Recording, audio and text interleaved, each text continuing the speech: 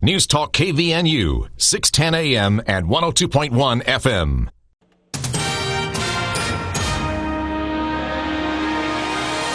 KVNU News Time is 5:03. I'm Bill Walter with this news update. A 28-year-old man was arrested Friday night after police were called to a Hyde Park reception center on reports of partygoers allegedly being sexually assaulted. Rico Fayamau was booked temporarily into the Cache County Jail.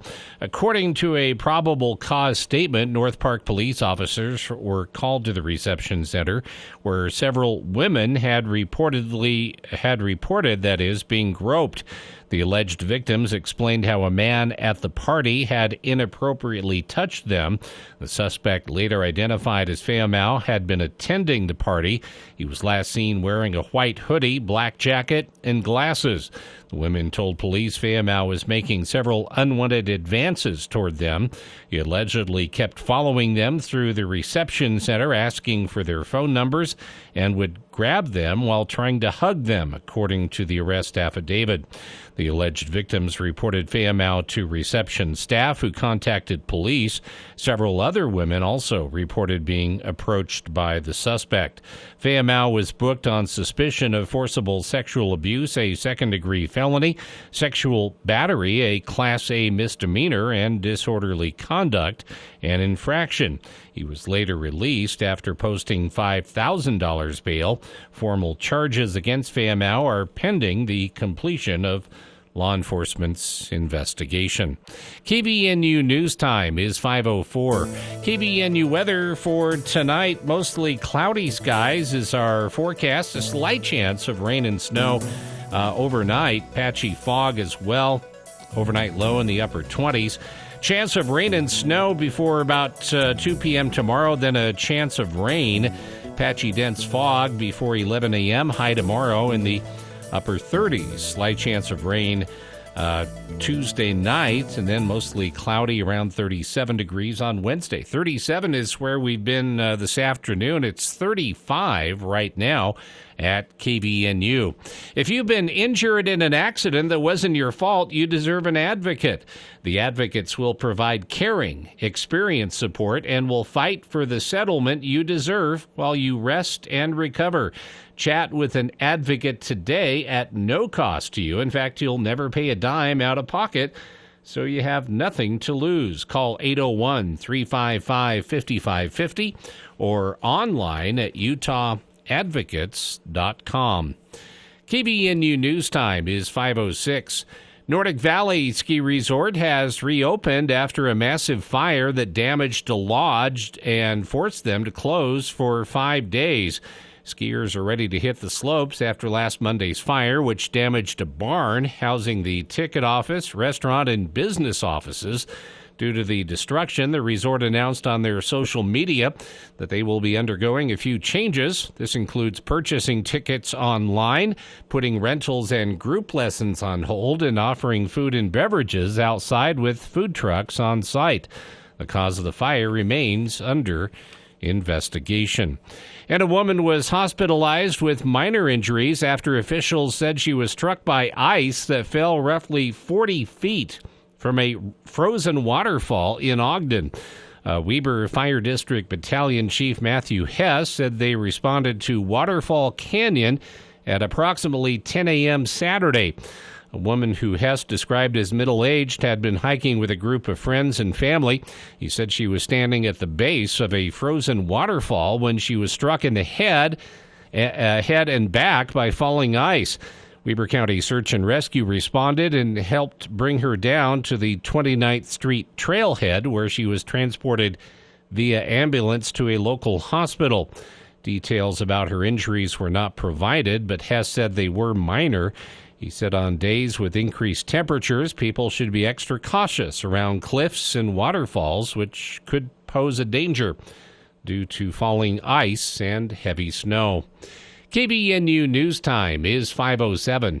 For more details on these and other stories, visit CacheValleyDaily.com. Are you tired of sifting through all the Medicare confusion from your mailbox, TV, and endless phone calls from telemarketers? Let Jessup Insurance and Retirement Services simplify it for you. I can't believe the peace of mind they've given me. They helped me clearly understand Medicare and explain all my insurance options. The experts at Jessup Insurance know Medicare inside and out. I've never felt more secure in my Medicare decisions. They found the perfect plan for me and made sure I had all the benefits that were available to me. At Jessup Insurance, they're not just insurance experts. They're your local guides through the Medicare maze. It's like having a trusted friend you can rely on. Jessup Insurance and Retirement Services, making sure you have all the benefits available to you. Call them today at 435-213-3200 or Google Jessup Insurance and say goodbye to all the Medicare confusion. Jessup Insurance and Retirement Services,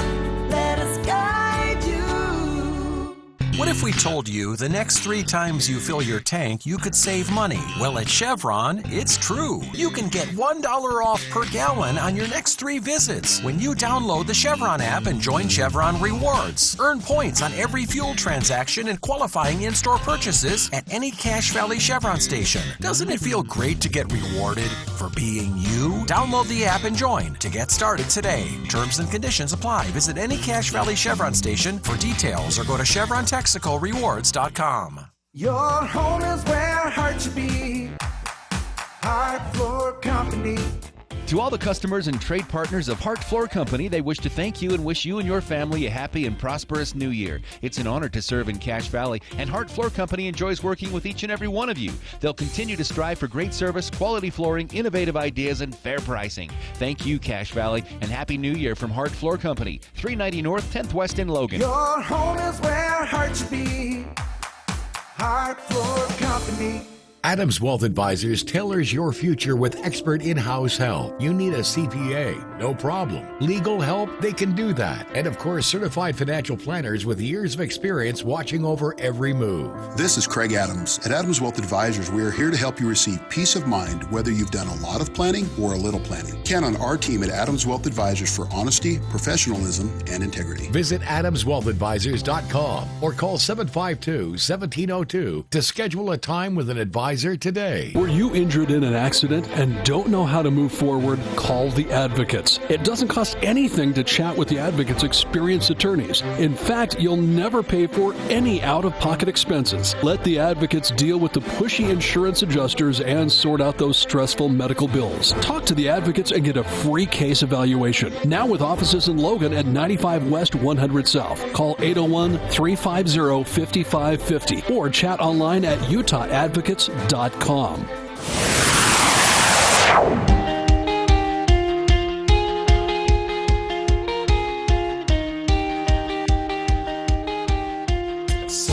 Welcome back to KVN News for the People. With week 1 of the legislative session under our belts, and of course us not being live today, we thought that it would be a good time to revisit what throughout the first week of the legislative session has already been the dominant issue, which is water. Statewide water concerns, water project proposals, water conservation money being spent, or, well, hopefully money being spent that leads to water conservation. And in the midst of all of this, a big, prolonged effort to save the Great Salt Lake. And from USU's Quinney School of Natural Resources, a man named Brian Steed has been appointed as chair of the task force to save the Great Salt Lake. And we had a chance to speak with Mr. Steed recently about what exactly this means policy-wise and what USU's Quinney School can do to better inform lawmakers' efforts. Here's a bit of our time with chair of the Save the Great Salt Lake Task Force, Brian Steed. Is to say this, the issue we're going to spend some time on here is all-encompassing is an understatement. To say it might be one of the most pressing issues facing the governor's office, the legislature, residents of the state as we deal with population changes and growth, as we deal with the effects of climate change on our state and our region. as we deal with having to work out management of resources like water with other states. It is huge, to say the least. But joining us here in the studio, and Brian, I don't know which title to use. You've got Brian Steed here in the studio, and he wears several hats, which is a brave thing of him to do when it comes to water, land, and air. But that is exactly what we're going to be talking about today. Brian, thank you for joining us. Really, as far as titles to choose, you lead one of the most amazing things I think that I've had an opportunity to follow and engage with at Utah State University, the Institute of Land, Water, and Air. Did I get that right? Oh, the order right there? Yeah. See, we call it sometimes Earth, Wind, and Fire. Earth, Wind, and Fire. It still works, right? It's all... man, this is the research coming out of this school at Utah State University, the report supplied to the governor, the influence it has on our legislative processes and debates by better informing through a new kind of fast-tracked open channel of communication between USU's researchers and the Quinney School and lawmakers directly. I mean, it's really a fascinating thing in and of its own that it even exists. Absolutely. So the whole intent behind the Institute is to really take the best and brightest research that we have and bring that in a way that is digestible and understandable by policymakers, and really trying to put the best data in front of policymakers so they can make the most informed decisions. It's a hard job. So that's what they're trying to do, and having the best information, I think, really helps. I've been such an advocate of this for years, growing up here in Cache Valley, attending USU myself, knowing a lot of the researchers there from the climate division to this school itself, natural resources in general, some of the research that was done in the past on public lands, all of this. I was invited a couple of years ago to speak to researchers at USU as part of their Communicating Science series, and I gave a presentation on them getting directly involved in the legislative process with social media, with not being afraid to maybe even challenge lawmakers if they have their own research can better inform a lawmaker saying something on Twitter or sponsoring a bill. And that same day, the university released a new social media policy that basically said, "Oh, don't do this. Don't do anything Jason said. You'll get us sued." But I've been an advocate of this because I know there's such great work being done at USU. And our lawmakers don't ever intend to be uninformed. I can say, maybe one or two, but in general, no. The legislature, I'm a huge fan of the process. It's slow and clunky. They want to be informed on these issues, but getting the information can be more challenging than most people think. Well, that's right. I mean, when you think about where the majority of focus from a university is put on getting their information out, oftentimes it's in an academic journal or it's in something else that, as a policymaker, you just don't have time to pick up and read. And I saw this. I mean, I've worked in both the academy as well as worked in policy roles, and trying to decide, how you get the best information is something that I noticed when I was, working at, because before this I worked at the Utah Department of Natural Resources as the executive director there. I realized that I don't really have the best information sometimes ahead of me, and trying to find that, it's hard to do. And that's what gave me kind of the interest in being part of this institute, because it gives the opportunity to really take that information, put it in a way that is more accessible, and then being able to present that to present that research to policymakers. I mean, it's been meaningful. Sure, that's and it's for the general public, I think it's important for them to understand this leads to better legislating. It leads to more informed legislating, and it really, I think, came to a head over the last couple of years as we experienced this this drought that really slammed home in 2021 and again in 2022. We got a little bit of a breather in the summer of 23, and we're crossing fingers we get a good winter to do the same this year. But either way, these challenges exist, especially when it comes to water, and so that leads us to the second hat you're wearing right now, which I hope you have recordings of the conversation where they came to you and said, "Hey, we'd like you in addition to your responsibilities at the USU Institute of Land, Water, and Air, could you also chair one of the most challenging undertakings we're going to launch in Utah's history, probably? And you said yes. Well, it's a good thing those recordings don't exist, and I'm glad that they're not out there somewhere. I think that, so the origin was we had done some work with the legislature last year. We had, as part of the Janet Quinney Lawson Institute for Land, Water, and Air, we had formulated what we called the Great Salt Lake Strike Team. And the Great Salt Lake Strike Team was really kind of a really focused effort by Utah State and by researchers at the University of Utah to bring together the best research we have. And then we brought into that group folks from the Department of Natural Resources from the state and the Department for Environmental Quality and the Utah Department of Agriculture and Food, and trying to put all that information together in a way that is understandable. And part of that was we identified that there's lots of cooks in the kitchen, and so we went to the legislature and said, hey, it would be really interesting to have something that we have a coordinating point on this. And I actually helped draft the bill, never intending to actually work as the Great Salt Lake Commissioner. You didn't know what you were getting yourself into. I don't think that I should have run from that. And then some months after the legislation passed, I was asked if I'd be interested in doing that, and I said I don't really know because it's a hard job, like you mentioned. But it is important. It's meaningful, and I thought about it, and I eventually said yes, and I'm glad I did. It's been something that's been challenging, yes, but also rewarding as part of a career. That is, when Governor Cox announced the appointment to the commission, he cited your work both in the state and policy side of things, but also your work with the Institute at USU, and basically painted a picture of a person so perfectly experienced for this. And I just remember thinking, oh man, that poor guy. Well, I'm glad someone got the joke.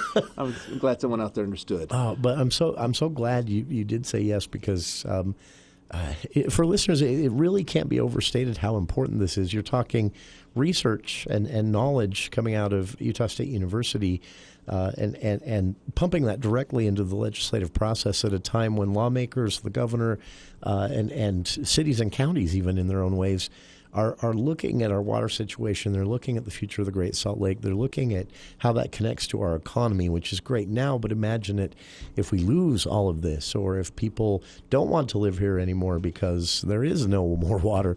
This is a challenge the state has taken on, from leadership in the House launching a Save the Great Salt Lake effort a couple of years ago, to the governor and his, again, opening this pipeline directly from USU researchers into the policymaking process. And Brian Steed as commissioner and as lead of the USU Institute, well positioned to make this something that works. We'll keep talking about it. We'll get into specifics. If you have questions about the process, about the future of the Great Salt Lake, about water here in northern Utah, any of those things, our air, our land, 753-5868. Brian Steed, our guest here in the studio, and we'll be back right after this. Cache Valley Hearing and Audiology is Cache Valley's most trusted name in hearing aids. Once again, you'll be able to hear a loved one's laughter and understand conversations. Schedule a free hearing evaluation with Dr. Paul Daines at Cache Valley Hearing and Audiology. Call 753-4327. That's 753-HEAR. Or visit cachehearing.com. Bring back what you've been missing. Bring back Cache Valley Hearing and Audiology. Do you want to learn to ski or snowboard or know someone who does? Come join the Learn to Turn first-time beginner class at Beaver Mountain. $90 gets you a 2-hour group lesson, your ski and snowboard rental, and a Little Beaver lift ticket for the day. Learn to Turn is for ages 7 and up for skiing and snowboarding and is offered daily at 10 a.m. Or try Learn to Turn 123. Commit and complete 3 Learn to Turn packages in one season for $250 and get a Little Beaver season pass for the rest of the season. Come on up and ski the Beav.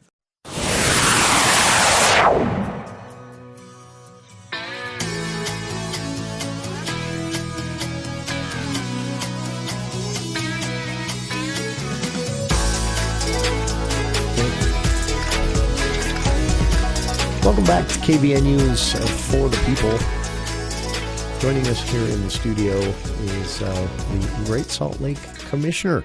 This is a commission, or excuse me, a position that was created just this year, or excuse me, last year, right? By the governor and the legislature working together in an effort to save the Great Salt Lake. Decided that this task force, the strike force, had some very important work to do and needed leadership. And Governor Cox appointed from Utah State University's own Janet Quinney College of, excuse me, I do this wrong every time. Janet S. Quinney, right? No, so it's the Janet Quinney Lawson Institute for Land, Water, and Air. Yeah, it's good though. I try every time to get the full title right, and I just never do it. But you're doing great. Longtime listeners of the show will be familiar with the Institute of Land, Water, and Air because we've had several guests on the show, including Anna McIntyre, who has joined us a couple times over this fall to talk about their annual report to the governor, which takes a year's worth of research and writing to produce. And you can see that report, by the way, on the Institute's website, which I've linked to on our Facebook page. But simply visit usu.edu/ILWA, Institute Land, Water, Air, ILWA, and you can see it there as well. You can also see previous annual reports to the governor, and it really, the report itself paints a picture that, reading through it and discussing when Anna was here in the studio last month, it's both frightening and hopeful. Is that a fair way to characterize it? Yeah, I think that in truth, if you look at where we are on land, water, and air, I think there's some areas of concern. But by and large, I think that we have pretty good options and pretty good knowledge of how we can get things better. And our hope is not to paint such a bleak picture that people lose all hope and despair, but rather that they can look at and say, we have a pretty good handle on it. We got to do better, and these are the ways we can do better. That it really does show that we have options. But that then brings us back to kind of the urgency of the Great Salt Lake strike force, and then there's a lot of spinning plates in this. Several months ago, we spoke with a member of the Cashwater Conservancy District, Nathan Dowgs, and he pointed out, not being critical of the work to save the Great Salt Lake, he agreed that's very important. We need to do that. But he said if that commission isn't careful, it could negatively impact Cache Valley, for example, in these ways. And he kind of explained, and that's when it really struck me that you have all these competing needs and interests, and all of that has to be roped in to satisfy everyone and to satisfy the future of every part of the state at the same time as something as important as saving the Great Salt Lake. Wow.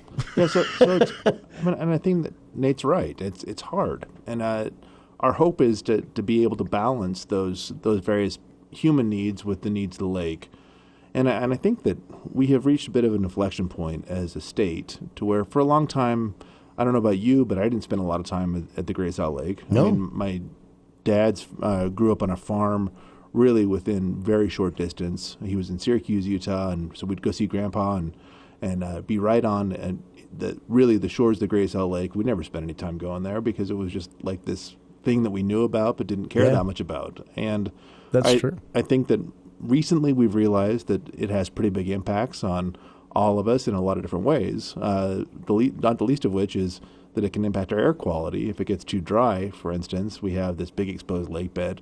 We get these big dust storms across, and those dust storms really impact our airshed.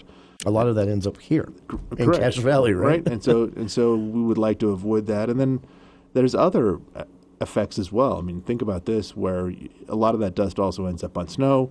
That makes the snow melt more quickly, and that's a problem because if that snow melts more quickly, all of that snow is in this big snowbank we called our reserve, right? We don't have a bunch of reservoirs because we have the snowpack that's going to last us into summer. If it melts more quickly, then it really limits some of our options going forward. And imagine the number of reservoirs we'd need if we lost that snowpack, and then also how you're going to fill them. That's right. And so, I mean, I think there's a lot of things we're waking up to. And then, I mean, honestly, as you get to know the lake, it's actually pretty amazing. I mean, 10 to 12 million migratory birds come through. That blows me away every time. Can you imagine that? I mean, And it's interesting because when I was back in my Department of Natural Resources days, they put me up in a plane and they flew me over the west side of the lake in October. And I have never seen anything like it before, to where you look down and it's just speckled. That's so funny. Think about this, like you take it's like you put pepper on your food, right? You can see all these black dots. What is that? And you get down closer and they all just take off the lake, right? And it was pretty remarkable just how many birds come through. Just one species, the eared grebe, for instance, has millions of birds that land and then take off at the same time. And so you lose that, you lose something, right? Yeah. And the effect that would have on our ecology, I mean, there's a careful balance here. And those birds could easily shift their migratory route a little west or east, and suddenly our entire environment is different, right? That's right. And you think about the people that like to duck hunt or just go out and bird watch, that would certainly impact their ability to go out and use those resources as well. So I do think it's important that the lake gets the water it needs, but also I don't want to do that at the expense of all the people. So Sure. there is this balancing act. And we'll talk about that. On the other side of the news, some specific options Utah has, some of the challenges to meeting this challenge of saving the Great Salt Lake while managing all the rest of our water. For northern Utah residents as well, it's worth noting that the Institute for Land, Water, and Air at USU also keeps a close eye on Bear Lake and the future of that lake as well, and works closely on the Colorado River project as well. That's a debate happening in the southern part of the state, where we have 5 states really, with competing interests trying to work out a overall management plan for an embattled river in the southern part of the state. Really paints a picture of how important this is. And as Brian has said, as the report presented to the governor said, we have time to do this right, but that window will close eventually. So this is an effort by the state through this commission, through creating this informative pipeline, again, between researchers at USU and the legislative process directly to get it right, to get work underfoot so that we're not in a situation where it's too late, because we aren't yet. If you have a question, 753-5868. Brian Steed, our guest again, and we'll be back right after these headlines with KVNU's Bill Walter.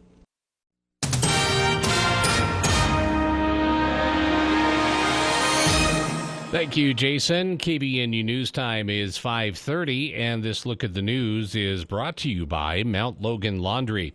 An Idaho man died late Saturday night following a single-vehicle crash near Preston.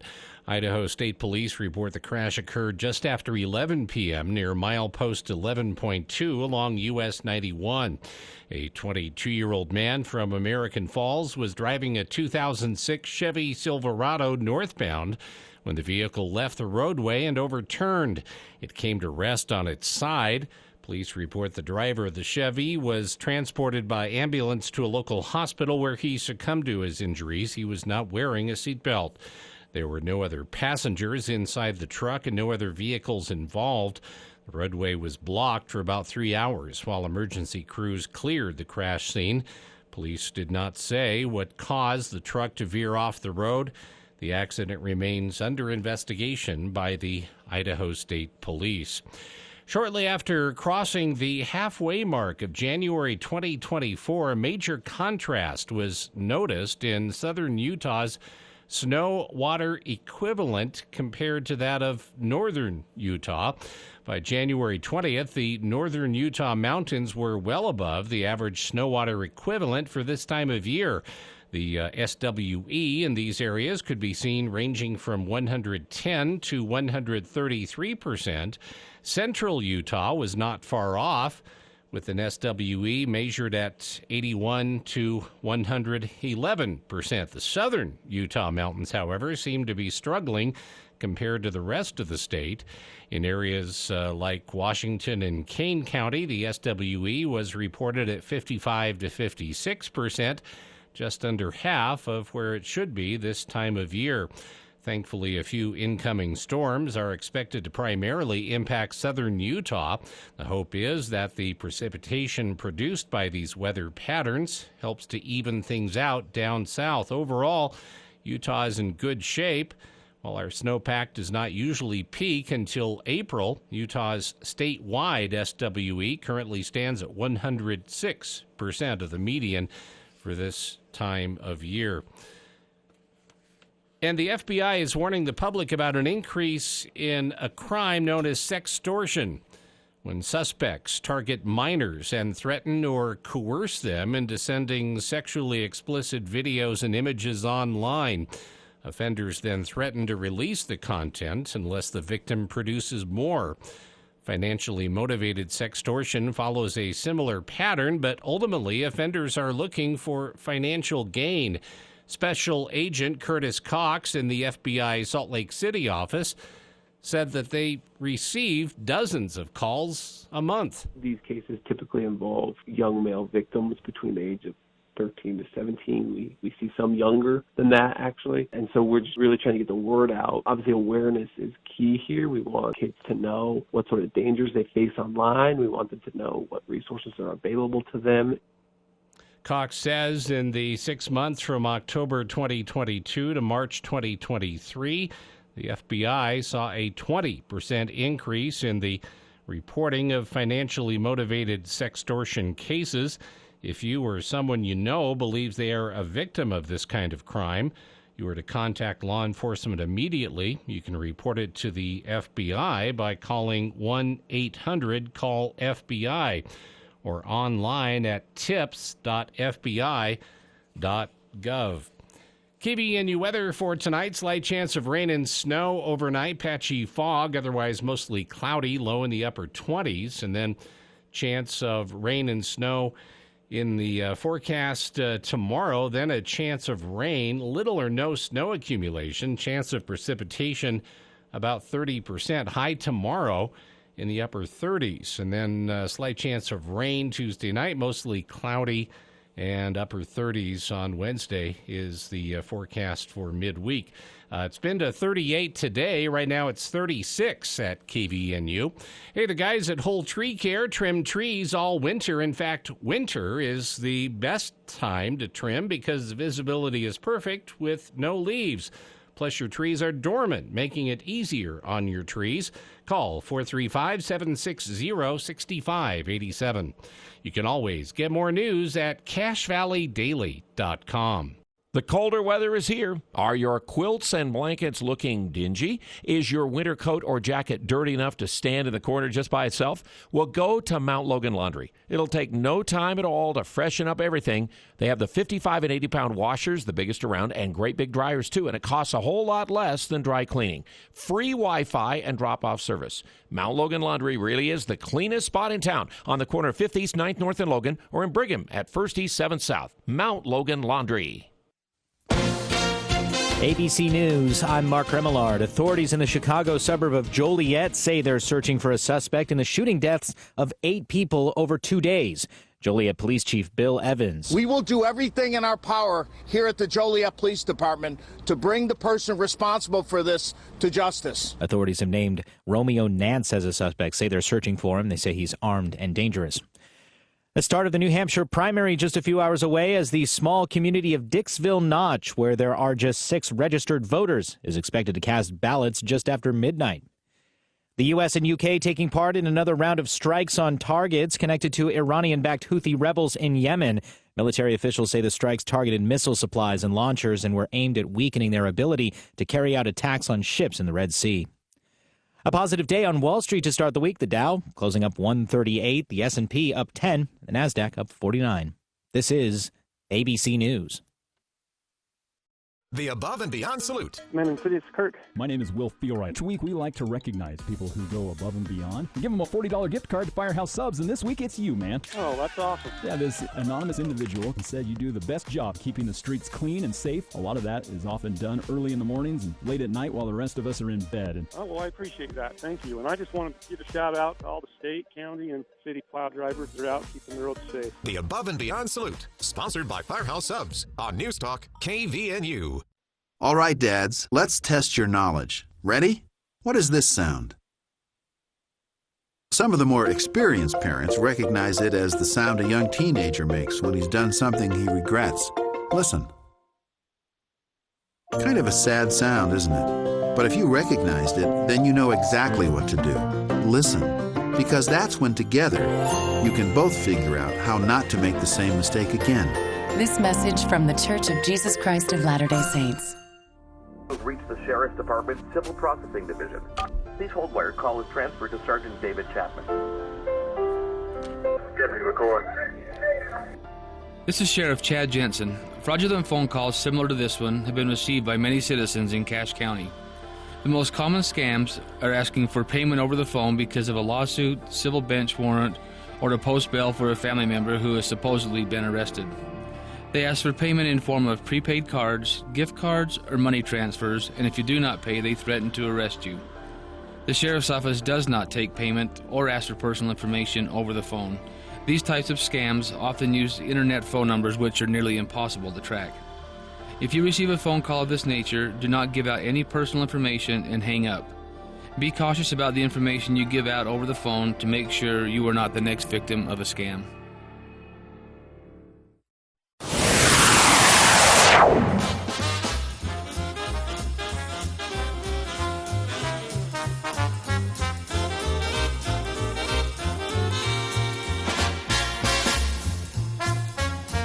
Welcome back to KVN News for the People.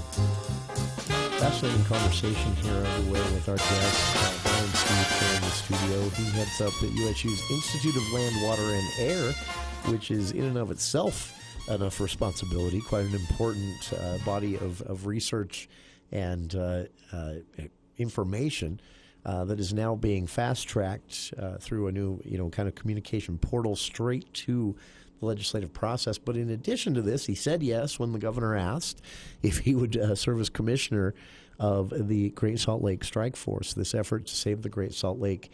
It's received a lot of legislative attention and funding through the legislature, though even now former Speaker, candidate for U.S. Senate Brad Wilson, former Speaker of the Utah House, said at the time, this is just the start. This is a lot of money. $40 million they put aside that first year? So there's $40 million for the Great Salt Lake Trust, and then additionally last year they put in $2 million into this the commission. And then they set aside an additional $10 million. This says when the commissioner's office needs it, they will allow that to be released. And so there is a pretty big infusion of cash. It's encouraging to see. It's, of course, going to cost more, and it's going to get opposition, as it should. There should always be a debate when public dollars are being spent. But, Brian, it's been really encouraging to see everyone on board saying, okay, this is an important effort. This is how we do it is going to be debated and should be. But the approach of we've got to do something when it comes to water in general, whether it's saving the Great Salt Lake or just managing better in other areas and other parts of the state, everyone understands this is, I guess what I'm trying to say is drought is awful, and I wish it never happened, but in a way, it did seem to be a light bulb moment for the legislature when that drought hit. I absolutely agree, and I think that it caused a real sense of urgency in trying to get better policy in place so that we had the tools that we needed to get water where we needed it. This is honestly the challenges are so overwhelming even to think about, but we're doing it, and that's I think the coolest thing about this is we're rising to the challenge.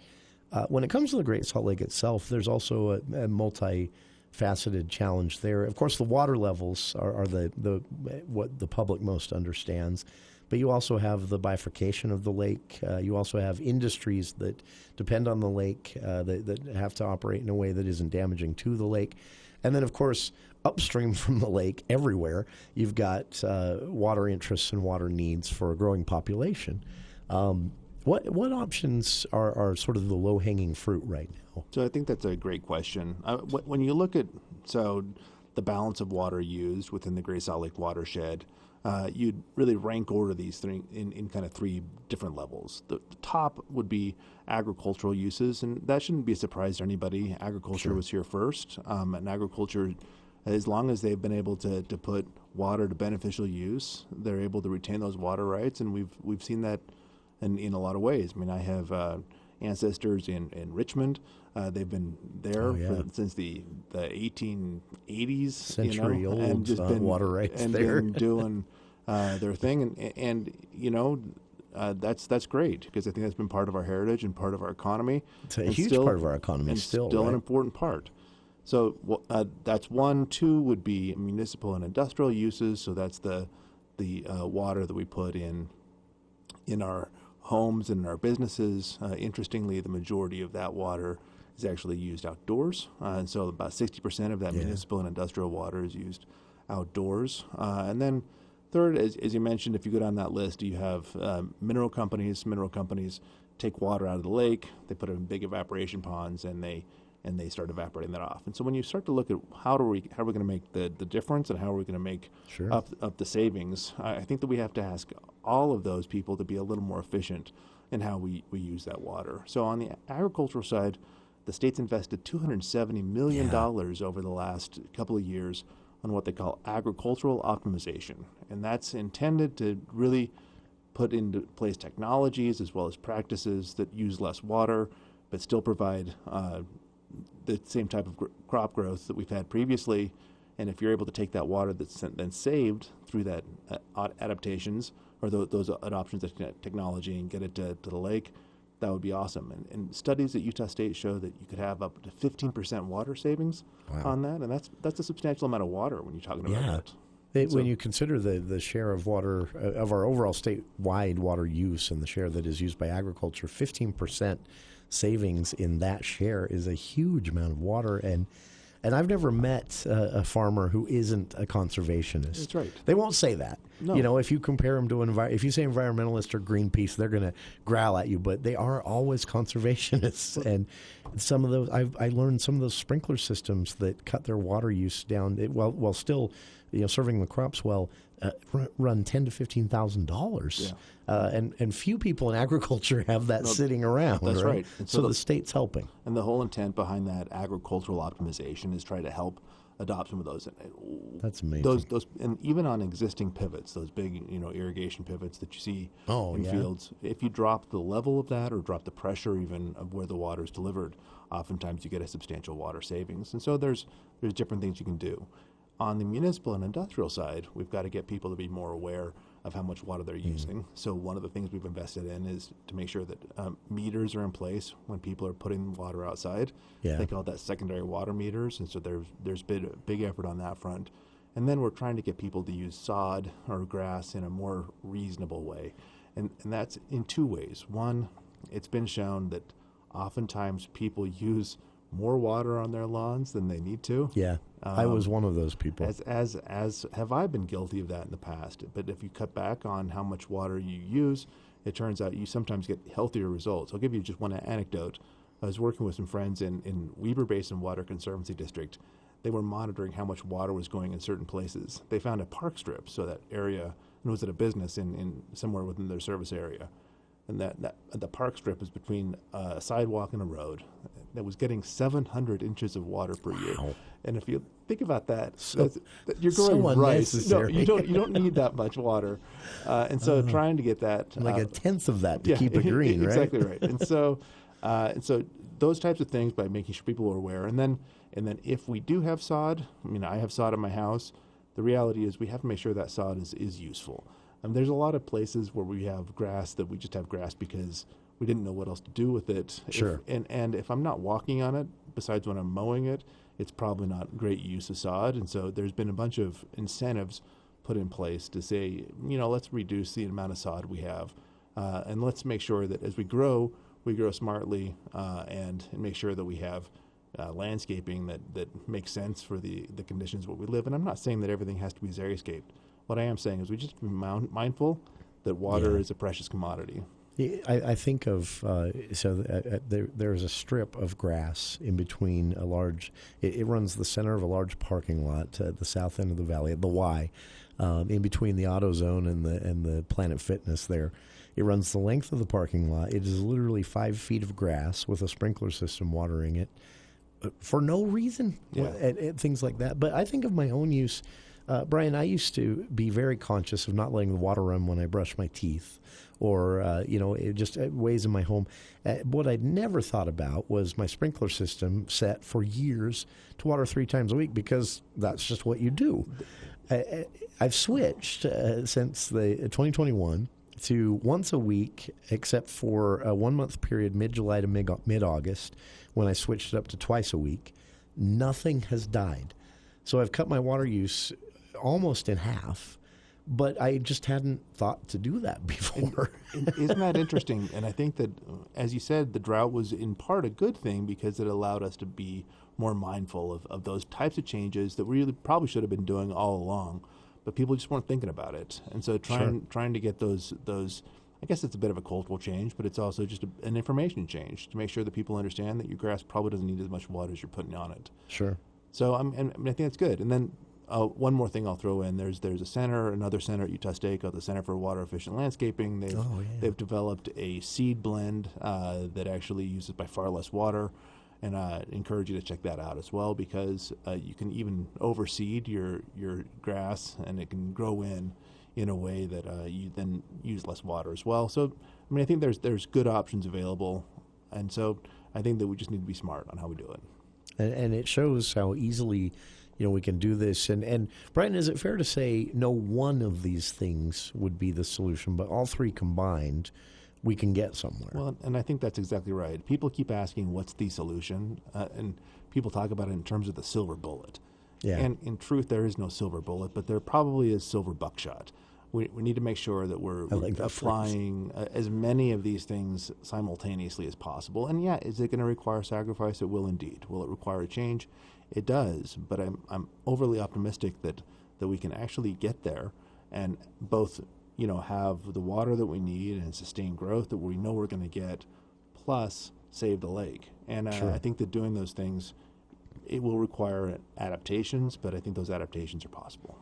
And part of your work as commissioner, part of the Strike Force's work is to kind of set those. I mean, I hate to use this comparison, but if the United States enters an international conflict, one of the first questions everyone has is, all right, what are we calling a win? What are we calling job done? And that was one of the first things that everyone sat down and discussed, right? Like, what's our goal here, and what are we calling job done? Can that be put in a sentence or two, or is it? So, if you give me more than a sentence or two, I probably could. Because that's complex, right? Because we're talking about a cultural shift. We're talking about. So I'll say this: I think that job done is making sure that we have a vibrant economy as well as a vibrant lake, and that's and those I think can be done simultaneously. What I would say on the lake, we really have to monitor the conditions of the lake. Last fall, in the end of 2022. We were getting really high salinity levels on the south arm, and that's where all the ecologic vitality is. Sure. And we were getting really, really low levels. And we had a great winter that followed that, and that's a real blessing because now the south end of the lake went up by 5.5 feet, Wow. and that's great. Now salinity levels came back down, but if it were to remain at that low level, really that's going to have the impact of both. Eventually, it will cut into the the ecologic vitality, and that ecologic vitality, you'll end up with regulatory situations, whether that's through the Endangered Species Act or through the Clean Air Act or whatever else, that then starts hampering economic growth, and I think that would be a shame. Let's avoid those things. So I can tell you what failure looks like. But so if we're not hitting that, we're succeeding, exactly. Right? But I can say that ultimately, we have seen people's minds changed on the Great Salt Lake, and we have seen different behaviors around the Great Salt Lake watershed, and I think that we're seeing some successes. And I know it's not as fast as some people want to see, but ultimately, I think we got to be mindful this is going to be a long-term solution to a long-term problem, and I think that we can get there. It's so encouraging to hear, and also to know everything Brian's talking about here, everything you read through the task force and coming through the reports from the Institute of Land, Water, and Air is data-based. I mean, this is actual research, not just opinions and feelings. This is actual research that's saying, here's where we're at, here's what fixes that, and then it's informing the legislative process, it's informing the strike forces process. And it's all happening right here in our own backyard. Of course, colluding with every other institute and decision-making body throughout the state. A lot of work going into this, but just really want to highlight that connection between Utah State University and saving the Great Salt Lake. It's so important. And we'll be back with more of our guest, Brian Steed, here in the studio right after this.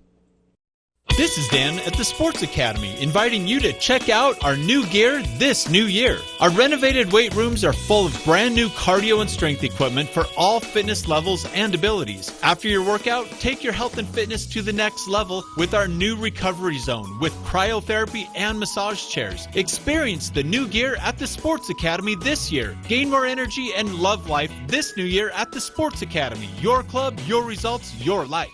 Hi, this is Gordon Deal. Tuesday on This Morning, America's First News. Ahead of the New Hampshire primary, how is it that the DeSantis campaign didn't even make it beyond the Iowa caucus? Also, behind the climb to record stock market levels and the reason analysts say more gains might be a struggle the rest of the year. And how social media influencers handle their taxes. Tuesday on This Morning, America's First News. From 4 to 6 on News Talk KVNU, 610 AM and 102 FM. Your station for news and talk. More than 80 million Americans depend on AM radio for their news, weather, sports, and a community connection. It's the backbone of the emergency alert system. It's critical that we keep AM radio in cars because when cell and internet services are down, this free emergency service could be your only lifeline. Text AM to 52886 and tell Congress we need AM radio in cars. Message and data rates may apply. You may receive up to 4 messages a month, and you may text STOP to stop. This message furnished by the National Association of Broadcasters.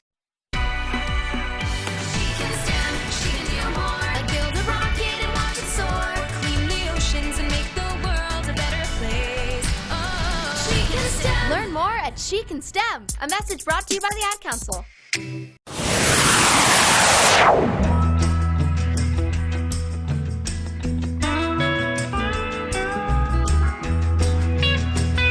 Welcome back to KVNU's For the People. During the break there, Brian and I talking about an aspect of this that it might appeal to our listeners out there with a more conservative mindset. So we're talking carrots here to encourage people to think about and be more responsible with water personally, but also in our industries and in our public policy.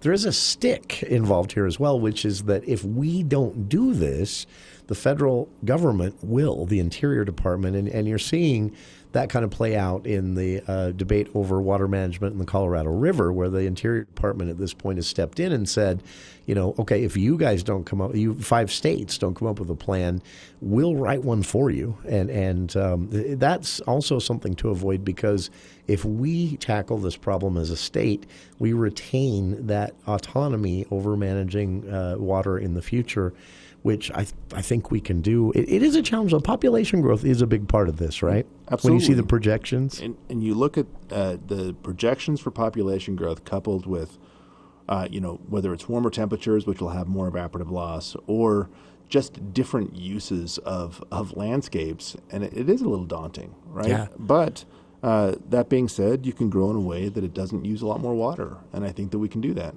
That is...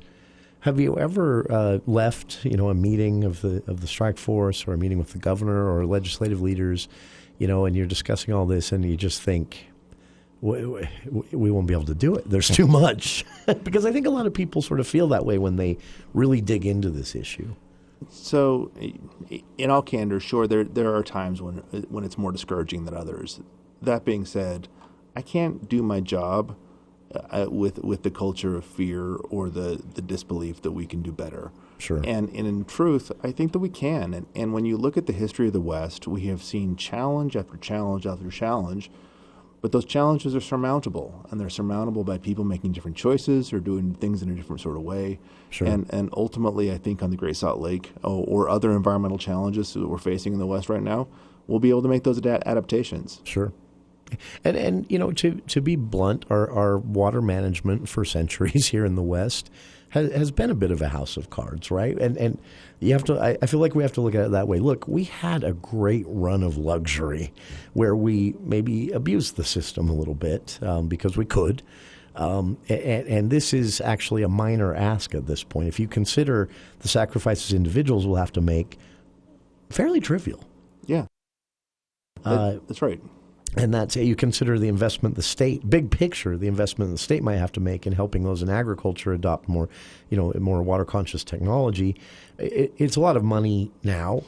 it's a one-time expense, big picture, with a great return. So these are pretty minor sacrifices. Well, and I think it makes it worthwhile, because we know that getting it right leads to both a vibrant ecology and a vibrant economy, and that's like the thing that all of us want. We want to have clean air and clean water and Sure. and the stuff that we need. That's and so I think that ultimately there's good things on the horizon. And folks don't think about the interconnectivity of this. I have a couple of friends in run software development companies in Salt Lake, and they talk about this, and they talk about it like they're not affected. And I always say to them, imagine running a software company in Salt Lake without the Great Salt Lake. It doesn't sound related. You don't use any water at a software development company, right? Yeah, but you need employees. You need a quality of life. You need all of these things, or you've got to look for another location. And that's really what we're talking about here, right? That's right. And I think that it is connected, and people have started to see those connections more personally. And the more that we see that, the more incentive I think that people face to have that cultural change. Very nice. Our guest that day again was Brian Steed. He is the commissioner, Great Salt Lake commissioner, appointed by Governor Cox to oversee this Great Salt Lake task force. And again, that is something that will dominate the legislative, already has, but will continue to dominate the legislative session, in conjunction with trying to figure out how to get more water elsewhere, how to conserve water statewide. A lot of water projects are going to be funded this year in the legislative session and more, and all of that being done with an eye on protecting, preserving, saving the Great Salt Lake. If you'd like to know more, I've linked to both the Great Salt Lake Commission's website as well as the Quinney School at Utah State University. And again, we didn't really touch on it this time so much, but serving as a pipeline between USU's research and the legislature, that's a pretty big deal, making the legislature smarter, if you will. Brian Steed was our guest again that day, revisiting some of our biggest and brightest guests in studio in lieu of the legislative session entering into week 2. And that is our show for today. Thank you to everyone for tuning in, and hope you'll be with us tomorrow, our first live show of the week. I'll be back from the film festival with a report, let you know what I saw or didn't see. That's coming up tomorrow on the program. Dave Ramsey is next here on KVNU Logan.